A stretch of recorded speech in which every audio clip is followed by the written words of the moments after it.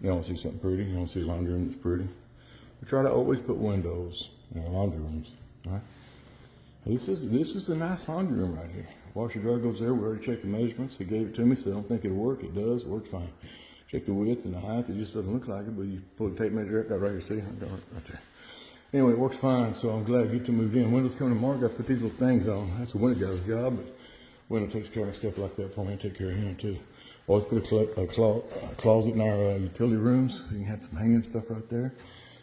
He's going to be coming by doing our central vacuum trim, getting it all kicked off, and bringing our attachments. I'm excited about that, too. He's a good guy. Anyway, I'm showing you all this. It's just pretty. This is the utility room, baby. Look at that.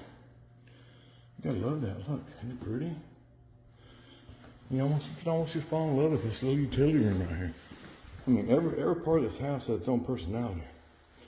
And if you get excited about building like I do, you walk through this thing, you just say, you know, I gotta take more pictures. I just like things. It's just pretty.